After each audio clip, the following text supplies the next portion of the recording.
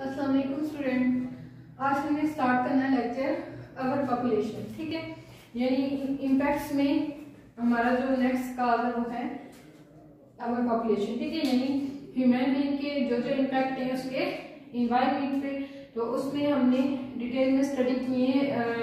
जो फर्स्ट था हमारा ग्लोबल वार्मिंग, उसके बाद acid rain and then deforestation. अब हम देखेंगे अवर पॉपुलेशन क्या होता है।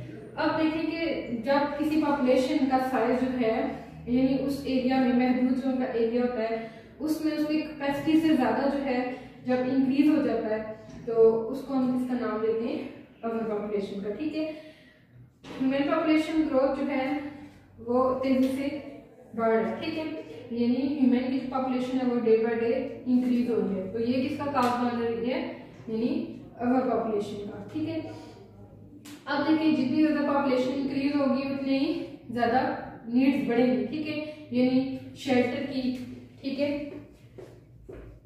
उतनी शेल्टर की ज्यादा जरूरत होगी, फूड की ज्यादा जरूरत होगी। ठीक है, बाकी भी जो रिसोर्सेज हैं उनकी उतनी जो नीड्स हैं वो ज्यादा होंगी। ठीक है, तो इससे क्या होगा, देखेंगे अगर हम बात करें नॉर्मली, ठीक है, तो डेथ रेट जो है वो थोड़ा कम हुआ। ठीक है, किसकी वजह से, क्योंकि मॉडर्न जो टेक्निक्स आई है उनकी वजह से डिजीजेस के लिए बहुत सी मेडिसिन जो है वो डिस्कवर होगी, जिसकी वजह से क्या हुआ है कि डिजीज पे काबू पाया जा चुका है। ठीक है, जिसकी वजह से डेथ रेट जो है वो थोड़ा लेस हो गया। ठीक है, लेकिन जो पॉपुलेशन रेट है वो तेजी से बढ़ता जा रहा है। ठीक है, अब देखें बर्थ रेट जो है जब इंक्रीज होता जाएगा, ठीक है, तो उससे क्या होगा, जब डेथ रेट कम होगा बर्थ रेट इंक्रीज होता जाएगा तो रिसोर्सेज का जो कंपटीशन है वो भी ज्यादा हो जाएगा। ठीक है, रिसोर्सेज जो है वो कम हो जाएगी।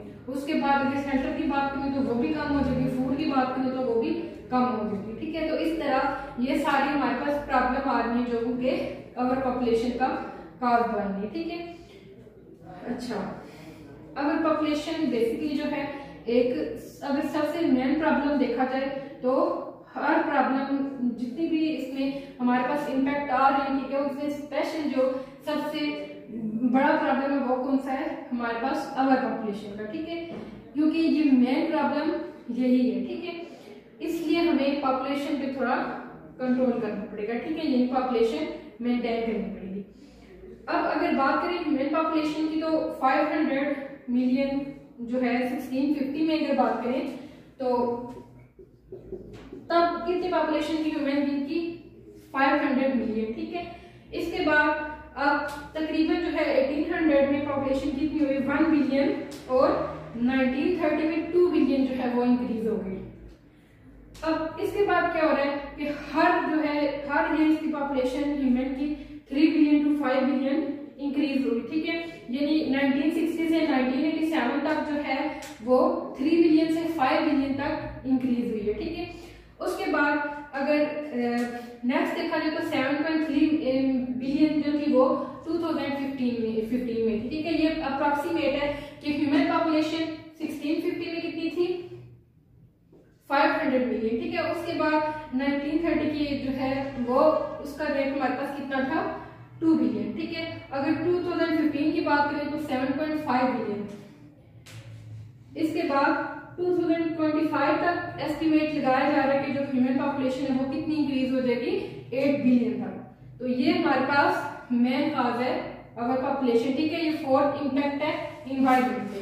नेक्स्ट हमारे पास जो इसकी नेक्स्ट इम्पैक्ट आ रहा है हमारे पास जो यानी इकोसिस्टम को डिस्टर्ब कर रहा है वो कौन सा है, urbanisation. First global warming, then deforestation, ठीक है, अवर पॉपुलेशन और लास्ट हमारे पास है अर्बनाइजेशन। ठीक है, अब अर्बनाइजेशन बेसिकली चीज क्या है, ये यानी कि जो एक्सपेंशन होती है सिटीज की, यानी रूरल एरिया को छोड़ के हम जो सिटीज की तरफ जाते हैं तो इसको हम नाम देते हैं अर्बनाइजेशन का। ठीक है, यानी कि मुंतकिली।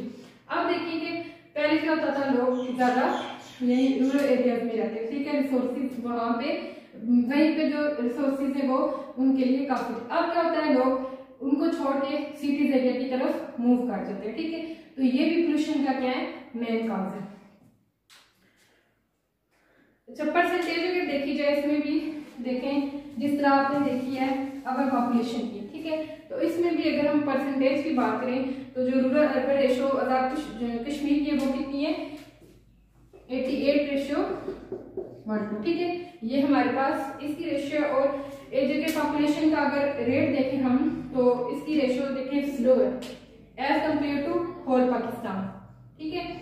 इसका पाकिस्तान इनका जो अर्बन एरिया है यानी उसका अगर पॉपुलेशन रेट देखें तो हमारे पास उसकी जो बॉक्स में देखें आपके 1985 में परसेंटेज कितनी है 29, 1990 में 31 और 1995 में 30, यानी कि ये बॉक्स जो है इसमें पूरे में उन्होंने परसेंटेज दी है आपको, ठीक है। इसको हम एक बार फिर देख लेते हैं कि हमारे पास जो अवर पॉपुलेशन है, ठीक है, यानी फोर्थ इम्पैक्ट जो है हमारे पास अवर पॉपुलेशन का, तो अवर पॉपुलेशन मेन कॉज है किसका, पोल्यूशन का। यानी कि आप देखेंगे जो डेथ रेट है वो डिक्लाइन हो रहा है। डिक्लाइन किस वजह से हो रहा है कि हमारे पास जो डिजीजेज हैं उनके क्योर या फिर ट्रीटमेंट जो है वो डिस्कवर हो चुके हैं, लेकिन जो हमारे पास पॉपुलेशन रेट है वो डे बाय डे इंक्रीज हो रहा है, ठीक है, जो कि किसका बायस बन रहा है, पोल्यूशन का। तो ये था हमारा आज का लेक्चर इसके रिलेटेड, इम्पैक्ट के रिलेटेड। तो आगे अगर हम बात करें तो हमारे पास आ जाते हैं पोल्यूशन, ठीक है। पोल्यूशन, उसके कंसिक्वेंसेस और उसका कंट्रोल। अब पोल्यूशन क्या चीज होती है, कोई भी अनडिजायरेबल चेंज जो हमारे एनवायरनमेंट में आती है उसको हम किसका नाम देते हैं, पोल्यूशन का, ठीक है। यानी वो चाहे डायरेक्टली या इनडायरेक्टली काज हुई है, ठीक है। यानी कोई भी ऐसी चीज हमारे एनवायरनमेंट को या फिर लिविंग ऑर्गेनिज्म को डायरेक्टली या इनडायरेक्टली जब हार्मफुल करती है, तो जब नुकसान देती है तो उसको हम किसका नाम देते हैं, पोल्यूशन, ठीक है। जबकि जो चीजें पोल्यूशन काज कर रही होती हैं, यानी कोई भी केमिकल, कोई भी ऐसे हार्मफुल जो चीज भी हार्मफुल होती है लिविंग ऑर्गेनिज्म के लिए या फिर इन्वायरमेंट के लिए, तो उसको हम नाम देते हैं प्लूटेंट का, ठीक है। यानी कि जो पोल्यूशन काज कर रही होती है चीजें उनको हम क्या बोलते हैं, प्लूटेंट्स, ठीक है। तो इसके बाद हमारे पास मेजर कैटेगरीज आ जाती है पोल्यूशन की। एयर पोल्यूशन है, ठीक है, वाटर पोल्यूशन है, उसके बाद हमारे पास और भी इसकी बहुत सी कैटेगरीज आ जाती हैं। तो हम जो है ये नेक्स्ट लेक्चर में डिटेल से स्टडी करेंगे कि हमारे पास जो एयर पोल्यूशन है उसके क्या इफेक्ट्स हैं, ठीक है, वाटर पोल्यूशन है उसके क्या इफेक्ट्स हैं, कंसिक्वेंसेस क्या हैं, या फिर हम इनको कंट्रोल किस तरह कर सकते हैं, ठीक है। तो ये हम नेक्स्ट लेक्चर में डिटेल से स्टडी करेंगे। आई होप आप लोगों को इसकी समझ आ गई होगी। थैंक्स, अल्लाह हाफिज।